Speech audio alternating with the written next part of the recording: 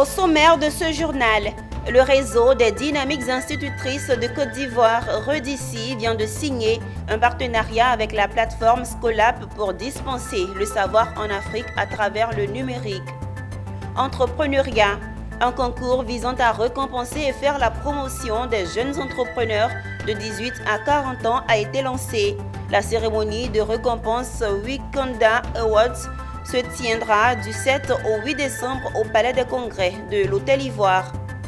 Caravane du social, la fondation Lonasi inaugure des infrastructures dans les villages de Ziguinasso et à Siankeletien-Vogo. Également à Tout-le-Pleu, le maire Denika Zion inaugure plusieurs infrastructures au bénéfice des populations. Vous en saurez davantage dans ce journal. Mesdames, Messieurs, l'actualité est au rendez-vous sur Business 24 Africa. Merci de nous rejoindre. Intéressons-nous au numérique pour débuter cette édition. Utiliser le numérique pour dispenser le savoir en Afrique, c'est désormais possible. La preuve avec le réseau des dynamiques institutrices de Côte d'Ivoire en abrégé REDICI qui vient de signer un accord avec la plateforme Scolap. Cette convention qui porte sur l'utilisation de l'application Scolap Prof permettra à ces femmes de la CRE de numériser toutes leurs activités quotidiennes d'enseignement. Onena Nourgo et Marussi Siri nous rapportent les faits. C'est une convention qui sonne la fin des méthodes traditionnelles d'enseignement et le début d'une nouvelle ère de modernisation du système scolaire ivoirien par le biais du numérique. À travers ce partenariat scellé ce vendredi 25 août avec les concepteurs de la plateforme Scolap, le réseau des dynamiques institutrices de Côte d'Ivoire, REDICI, s'engage à s'initier à la plateforme Scolap Prof et la tablette autonome pour dispenser le savoir aux élèves. Une plateforme numérique qui permettra à ces femmes de la CRE de moderniser leur méthode de travail, de mieux sauvegarder les archives, de gagner du temps et même de monétiser leurs connaissances à travers le monde. Alors d'abord, Scolap, nous développons des solutions qui sont adaptées au contexte africain. Donc, nous sommes une plateforme technologique pour l'éducation panafricaine. Pourquoi j'insiste sur la partie africaine? Parce que nos solutions sont adaptées au contexte économique et social africain. Ça veut dire les problèmes d'accès à Internet, les problèmes d'absence de réseau électrique, les problèmes même des problèmes de formation à la technologie. Maintenant, dans nos solutions, ce n'est pas juste une application. Nous apportons une solution qui peut tourner dans ces contextes-là, où il n'y a pas Internet, où il n'y a pas de réseau, où il n'y a pas d'électricité. Donc Scolap, ce n'est pas juste une application, c'est une plateforme de solutions technologiques. Solution pour l'école, où l'école peut se numériser en faisant tout ce que l'école fait, mais dans l'application sans Internet. L'école peut aussi acquérir des équipements que nous avons pour commencer. Et les équipements Scolap, les ordinateurs, les téléphones et les tablettes. Nous sommes des enseignantes, nous sommes des dispensatrices du savoir. Il est important pour nous que nous soyons à l'ère du numérique, que nous soyons à la pointe de la technologie, que nous puissions utiliser, manier tout ce qui est réforme en termes de numérique. Créé en 2018, le réseau des dynamiques institutrices de Côte d'Ivoire se veut comme creuset de l'épanouissement socio-économique et moral des institutrices. À ce jour, le REDICI revendique environ 18 000 membres et sympathisantes. Intéressons-nous à une page sur l'entrepreneuriat dans ce journal. Du 7 au 8 décembre 2023 se tiendra la 4e édition du Wikanda Awards au Sofitel Hôtel Ivoire d'Abidjan, un concours qui vise à récompenser et faire la promotion des jeunes entrepreneurs de 18 à 40 ans avec à la clé des trophées et des enveloppes. L'annonce a été faite par le commissaire général dans la commune de Cocody ce vendredi. Reportage. Quelles sont les entreprises les plus performantes en Côte d'Ivoire, les plus innovantes? Quelles sont celles qui démarrent par leurs produits ou services ou qui font le plus de chiffre d'affaires? C'est ce qui sera donné de voir lors de la 4e édition des Wikanda Awards 2023 au Palais des Congrès du Sofitel Hôtel Ivoire d'Abidjan les 7 et 8 décembre prochains. Un concours qui met en avant le savoir-faire des entreprises ivoiriennes et leur donne de la visibilité. Pour ce faire, 2 axes sont mis en avant, les catégories principales pour leur performance et les catégories sectorielles. Selon le commissaire général Yann Hamon, cette initiative vise à générer des emplois, encourager les jeunes à entreprendre et faire d'eux des champions nationaux. Au travers de Wikanda, ce que nous voulions d'abord, c'était de faire la promotion des jeunes entrepreneurs. On souhaitait que toute la Côte d'Ivoire soit suffisamment consciente de ce qu'au sein de la Côte d'Ivoire, il y a des jeunes entrepreneurs entre 18 et 40 ans qui font un travail suffisamment remarquable pour que nous essayions de les mettre en avant. Donc c'était la promotion des jeunes entrepreneurs, la promotion des champions nationaux. Et ce qu'on voulait derrière, c'était de lancer en quelque sorte de la méritocratie dans le domaine des jeunes entrepreneurs. Plusieurs critères sont définis pour bénéficier de tous ces avantages, que sont entre autres des trophées et des enveloppes allant de 1 million à 10 millions de francs CFA. On va sélectionner le meilleur jeune entrepreneur homme et le meilleur jeune entrepreneur femme au niveau national. Donc, dans ce axe-là, on a 2 grandes catégories. Meilleur jeune entrepreneur homme et meilleur jeune entrepreneur femme. À ce niveau, on va rechercher parmi les hommes qui s'est démarqué au plan national, parmi les femmes qui s'est démarqué au plan national. Il faut rappeler que le Wikanda, ou encore les Awards des entrepreneurs, est un concours qui a été lancé depuis 2019. Au Wikanda Award, même les participants au vote ne sont pas oubliés. Une voiture de marque est prévue pour le gagnant de cette année. Intéressons-nous à présent à une action sociale. La Fondation Lonasi a entamé une caravane du social pour le compte du mois d'août. Au programme de celle-ci, des remises d'infrastructures éducatives et de pompes hydrauliques au profit de plusieurs localités du pays. Rendons-nous à Ziguinchor, une localité du département de Kouto, région de la Bagoué, où Dominique Mbaya a inauguré un bâtiment de 3 classes. Nous sommes à Kouto, dans la région de la Bagoué. La délégation de la Fondation Lonasi, conduite par la directrice de l'action sociale, Dominique Mbaya, inaugure un bâtiment de 3 classes, offrant ainsi la possibilité au collège de la localité d'accueillir ses premiers élèves à la rentrée prochaine. La cérémonie a été présidée par Pierre Angouran, préfet de département de Kouto, et placée sous le double parrainage des ministres Maria Toukone de l'Éducation nationale et de l'alphabétisation et Bruno Koné de la construction, du logement et de l'urbanisme. Permettez-moi de faire la genèse de ce bel édifice. Solliciter la Fondation Lonasi ne pouvait rester insensible à cette requête d'accroître la capacité d'accueil de cet établissement scolaire. C'est pour l'éducation nationale qu'ils ont fait, mais c'est surtout pour les enfants de Ziguinchor. Parce que le collège moderne avait grand besoin d'un bâtiment pour les enfants.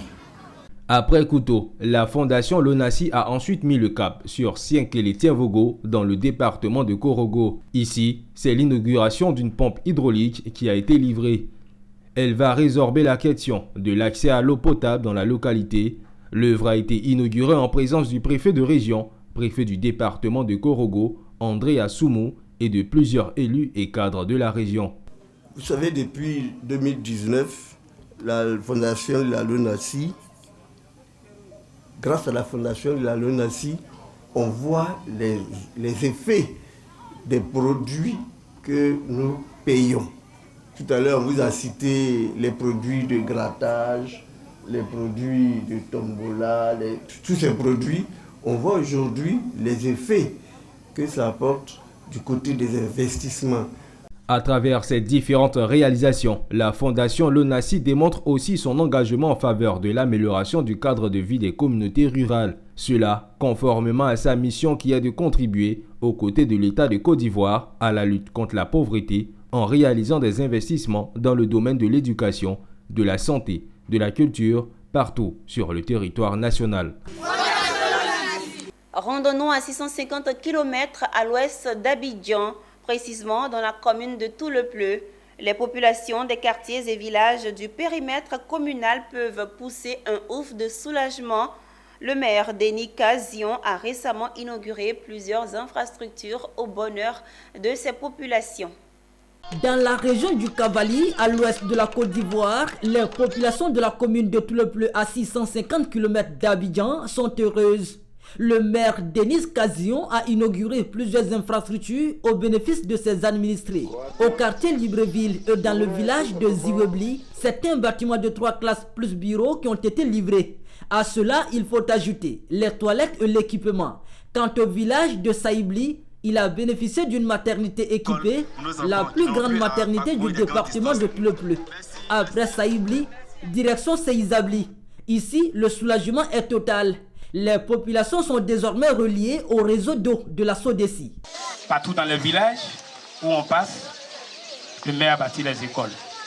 L'an dernier, on était à Do. Cette année, même à la rentrée, peut-être on sera à Libreville. Et j'en passe. Merci, monsieur le maire. Je tiens à vous dire de prendre soin de cette école. Prenez soin de cette école. Celui qui bâtit l'école, déjà, vous apporte le développement. Et, monsieur le maire, votre nom ne sera en vain. Ici, vous avez marqué votre passage. C'est vraiment une joie qui déborde mon cœur ce matin. La joie que vous voyez se manifester dans ce village, c'est par rapport à cette école. Cette école que monsieur le maire a bien voulu réaliser pour nous aujourd'hui. La joie surtout de faire ce qui n'a pas été fait depuis 1960. Ce village est là, avant 1960. Jusqu'en 2023, ce village n'avait pas d'école. Ce village n'a pas d'école et il fallait apporter la correction. Les jeunes n'ont pas été oubliés par le maire de Toulepleu, Denis Kazion. 4 foyers de jeunes, tous équipés en chaises et écran plasma, ont été ouverts pour le bonheur des 4 villages, Bagbaïdiolé, Toulepleu village, Toapebli et Krebli. Direction Boaké, au centre de la Côte d'Ivoire. L'Union des opérateurs du foncier et du BTP de la ville et le groupement des géomètres experts de la région de Gbeke ont signé cette semaine une convention de partenariat. Cette convention de partenariat s'inscrit dans le cadre du projet de régulation des plans des lotissements appliqués et non appliqués de la ville de Boaké. Le compte-rendu de Emmanuel Bonzo, notre correspondant. Par cet échange de parapheurs, l'Union des opérateurs du foncier et du BTP de Boaké et le groupement des géomètres experts de la région de Gbeke font désormais chemin ensemble pour faciliter l'obtention d'un titre foncier en toute sécurité. Il s'agit en effet d'une convention de partenariat pour la régularisation des plans des lotissements appliqués, habités et non approuvés de la ville de Boaké. Seconde ville de la Côte d'Ivoire, la capitale du centre est confrontée par endroits à une occupation anarchique des terres. C'est donc pour assainir le milieu qu'à l'initiative de la Direction régionale de la construction, du logement et de l'urbanisme qu'intervient cette signature de convention avec pour objectif de mieux restructurer tous les lotissements de la ville de Boaké et favoriser une demande accrue des arrêtés de concession définitive à céder. Nous avons près de 200 plans qui ne sont pas approuvés. Et donc, c'est très important de mettre cette convention en œuvre afin que nos populations puissent aujourd'hui être des réels propriétaires de leurs concessions. Parce que tout ce qu'on a comme lotissement aujourd'hui, la majeure partie ne sont pas approuvés. Et notre objectif, non seulement c'est d'atteindre l'approbation afin de bénéficier de tout ce que je viens de citer. D'abord, il faut mettre fin au lotissement anarchique dans le Gbeke. C'est ce signal qu'il faut d'abord donner. Ensuite, il faut dire que nous, on souhaite faire une grande production d'ACD. Et sans approbation, on ne peut pas produire les ACD. Mais derrière la production des ACD, il faut voir un gain financier au niveau de l'État. Ce partenariat a été scellé en présence du préfet de région et de l'ensemble du corps préfectoral de Gbeke. Théo Fosier a demandé aux acteurs impliqués dans cette convention à jouer pleinement leur rôle afin de réussir cet important projet de régularisation des lotissements dans l'ensemble de la région. Donc je voudrais appeler chacun de nous ici présents d'œuvrer, de faire en sorte que ce nouveau plan réussisse. Cette cérémonie a vu aussi la signature de conventions entre le groupement des géomètres experts de la région de Gbeke et la mairie de Bouaké. L'autorité municipale tient également à jouer une importante partition dans le projet. Je pense que les futurs élus locaux auront avec cette convention un outil pour pouvoir travailler correctement pour la satisfaction totale des populations. À travers cette convention de partenariat, tous les acteurs de la chaîne entendent s'impliquer rigoureusement afin de mieux adresser cette épineuse question d'accession au foncier en toute sécurité. Après Bouaké, rendons-nous à Divo. Le ministère de la Santé, de l'Hygiène publique et de la couverture maladie universelle, à travers le programme national de nutrition, recommande la mise en place des conditions de l'allaitement des enfants sur les lieux de travail jusqu'à l'âge de 6 mois. À cet effet, il a été organisé une semaine de sensibilisation des populations à l'allaitement maternel dans le Lodjibois. Jonas Ozagoki, Djekou de Silva et commentaire Michel Brou. S'engager pour l'allaitement, éduquer, promouvoir et soutenir. Allaitement et travail, c'est possible. Ce sont les messages des acteurs du programme national de nutrition. Ils ont conduit une activité de sensibilisation sur les bienfaits de l'allaitement maternel à Divo, dans le Lodjibois. La campagne de sensibilisation est initiée dans le cadre de la commémoration de la 31e semaine mondiale dédiée à la promotion de l'allaitement. L'allaitement exclusif est essentiel durant les 6 premiers mois de la vie du bébé. Les activités d'abord ont commencé hier avec la réunion de plaidoyer et de sensibilisation au niveau de la préfecture, donc avec la présence des autorités administratives, des leaders communautaires, de l'autorité sanitaire. Et au cours de cette activité, il y a eu une présentation pour parler de l'allaitement maternel, l'importance de l'allaitement maternel, les bienfaits, les avantages de l'allaitement maternel. Ce fut vraiment un moment très enrichissant et rempli de bonnes informations pour nous les femmes, et particulièrement pour les femmes comme moi qui sont nouvelles mamans, qui avons auparavant entendu plein de choses concernant l'allaitement, l'ajout de l'eau et autres. Les femmes ont décidé d'adopter cette méthode d'allaitement exclusif de 0 à 6 mois. Celles aussi qui ont déjà eu à pratiquer cette méthode ont rendu les témoignages avec les enfants qui sont en pleine forme. Depuis 1992, l'UNICEF et l'OMS veulent encourager les hôpitaux et les agents de la santé à adopter des habitudes qui visent à promouvoir la mise au sein précoce et l'allaitement exclusif pendant 6 mois pour la santé de la mère et du bébé à travers le thème « Hôpitaux, amis des bébés ». Parlons sport. Le tournoi de football de la Fondation Children of Africa, doté du trophée de la première dame Dominique Ouattara, a connu son apothéose à Yamoussoukro avec la finale qui a vu la victoire de l'équipe de Kafi sur le score de 4-0 face à l'équipe de CFGI. Cette compétition était placée sous le parrainage du ministre Souleymane Diarra-Souba. Pierre Tebe nous commente le reportage de Charles Kouakou. Démarrée le 1er août 2023, cette compétition de football des enfants de 7 à 15 ans a enregistré la participation de plusieurs équipes issues de la ville de Yamoussoukro. Le président du comité d'organisation a saisi l'occasion de ces phases éliminatoires pour adresser ses remerciements à la première dame Dominique Ouattara pour l'opportunité qu'elle offre aux enfants de passer des vacances saines à travers ce tournoi de football baptisé du nom de sa fondation. Aussi, il a remercié le parrain Souleymane Diarra-Souba, ministre du Commerce, de l'Industrie et des PME, qui n'a pas lésiné sur les moyens pour les accompagner jusqu'à la finale. Un très beau tournoi depuis le début. Vraiment, on a attiré toutes les foules de Yamoussoukro. Tout le monde était présent. Ce qui nous a fait plus plaisir, ce sont les parents qui sont à tout moment là pour voir vraiment le centre qui est fait le travail qui est fait dans les centres de formation. Et ça, pour nous les formateurs, pour tous les coachs du centre de formation. C'est important que les parents viennent voir et les enfants sont visiblement très heureux.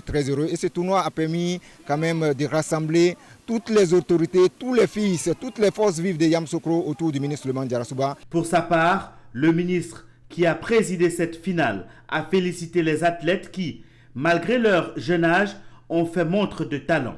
Il n'a pas manqué d'exprimer sa gratitude à la présidente de la fondation Children of Africa pour l'attention particulière qu'elle accorde à la jeunesse ivoirienne et aux enfants en particulier. Il n'y a pas de vainqueur ou de vaincu. Le vainqueur, c'est vraiment la jeunesse. Pour que cette jeunesse-là puisse toujours se retrouver, pour promouvoir le sport, pour s'occuper sainement et être loin de l'oisiveté. Comme vous savez, l'oisiveté est la mère de tous les vices en fait. Donc félicitations aux organisateurs. Rendez-vous l'année prochaine, dans un an, pour célébrer l'édition 2024 du tournoi. Du 15 au 20 août dernier, la ville de Sassandra était aux couleurs de la 5e édition du festival culturel, gastronomique et touristique du peuple néo, dénommé Adjayan Festival. Les fils et filles de Sassandra, venus des 4 coins de la Côte d'Ivoire, ont pris part à cet événement culturel. Le reportage est signé Abel Kwao, il est commenté par Konena Nourgo. Dans le département de Sassandra, cette année, 2 villages ont été choisis pour abriter la 5e édition du festival culturel, gastronomique et touristique du peuple néo, dénommé Adjayan Festival. Il s'agit des villages de Gani Dabro et de Niani Dabeda. Dans chacune de ces 2 localités, les festivités se sont ouvertes par des défilés de la génération 50 à celle de 2000. À la tête du défilé de la génération 50, le maire de la commune de Sassandra en personne, accompagné de pas de danse.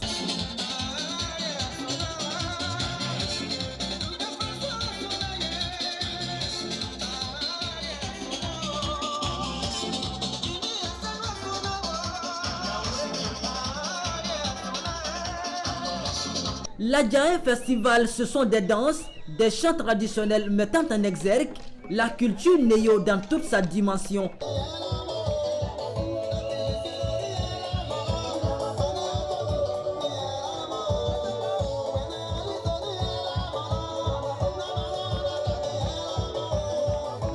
Le festival Adjayan, déjà, c'est pensé pour faire la promotion de la culture, faire la promotion du peuple néo, lui-même d'abord, et sa culture. Faire la promotion de la culture du peuple néo, sa gastronomie, tous ses sites touristiques, parce que Sassandra est une ville qui est riche. Et le peuple néo est un peuple rare, mais très précieux. Le maire de la commune de Sassandra se félicite de cette 5e édition de Adjayan Festival, qui selon lui vient contribuer à la cohésion sociale et à la paix. J'ai dit que le peuple néo était un peuple d'accueil, une terre d'accueil, terre qui a connu en 1450 l'arrivée des Portugais, des Hollandais, des Anglais et ensuite des Français. Alors si ce peuple-là n'était pas un peuple ou une terre d'accueil, ben je pense que tous ces pays que j'ai cités, ces colonisateurs n'allaient pas défiler ici. Et pour donner le nom de la Côte d'Ivoire, c'est venu d'ici, de cette terre d'accueil-là. Je suis très satisfait.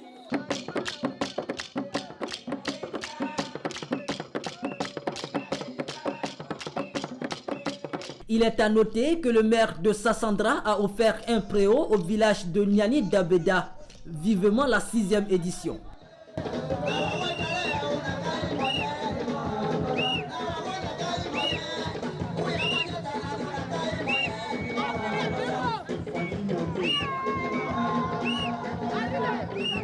Dans la même dynamique, rendons-nous dans la capitale de la cité du Djoua-Blanc à Nibilekro pour vivre la première édition du Festival de la cuisine ivoirienne, organisé par la Direction générale de l'industrie touristique et hôtelière, structure sous tutelle du ministère du Tourisme et des Loisirs.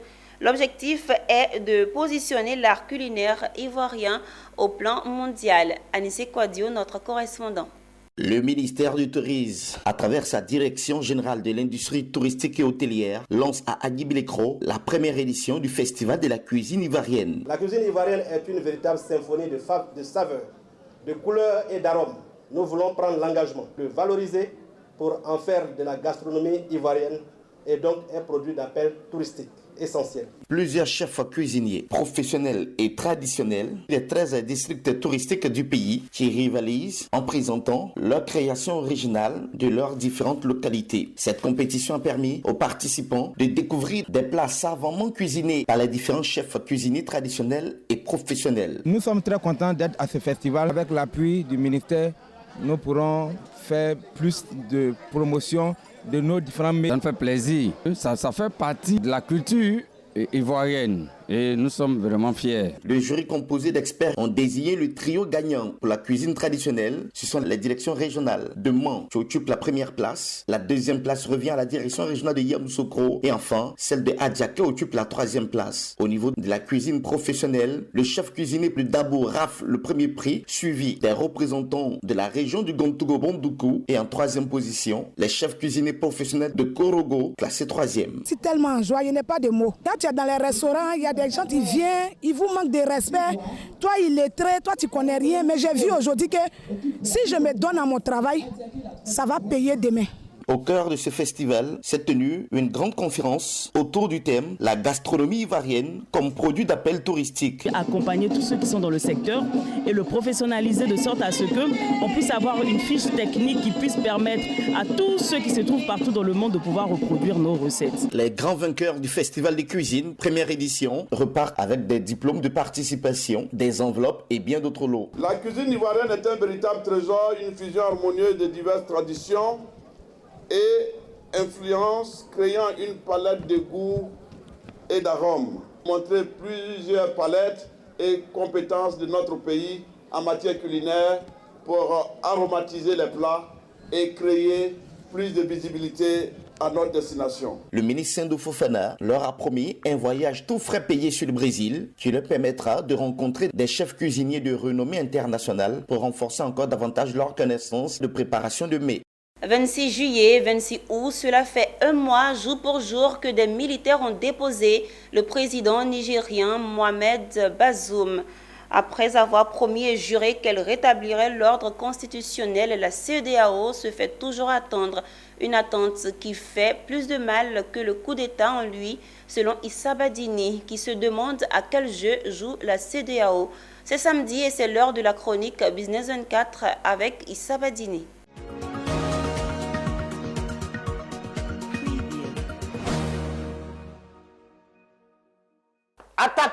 Attaquera pas.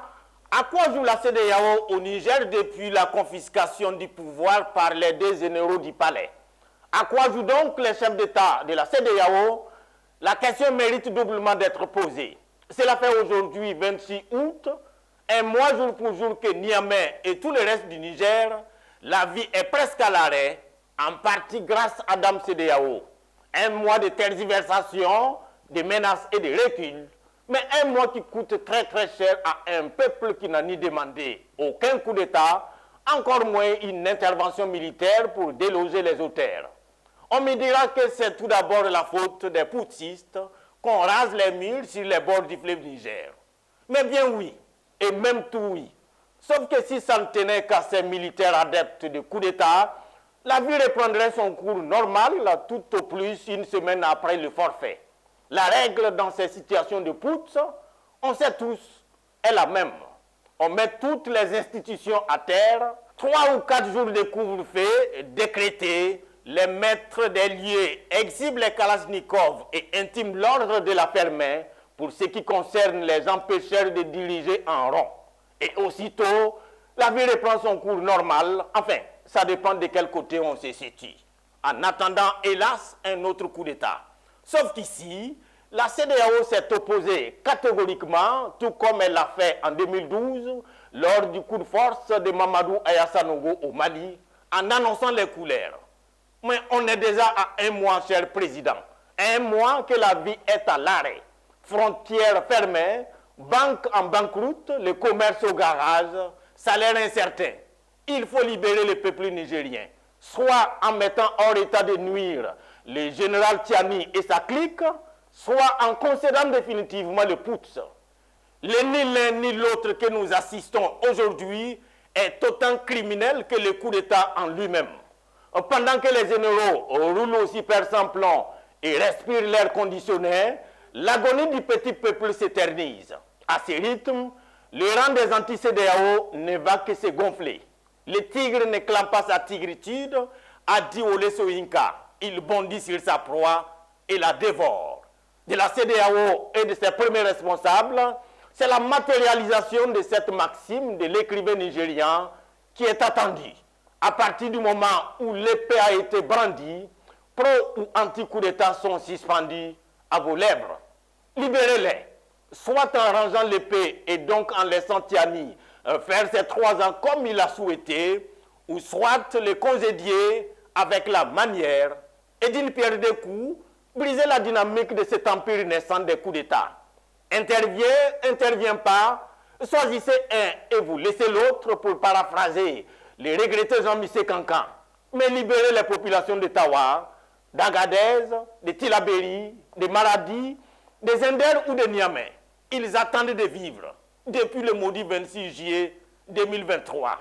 Que ce soit des souverainetés et d'eau fraîche mises sur la table par les putschistes, ou reprendre le train de vie made by Mohamed Bazoum proposé depuis maintenant 2 ans, les Nigériens veulent vivre justement. Juste vivre, pas plus que ça.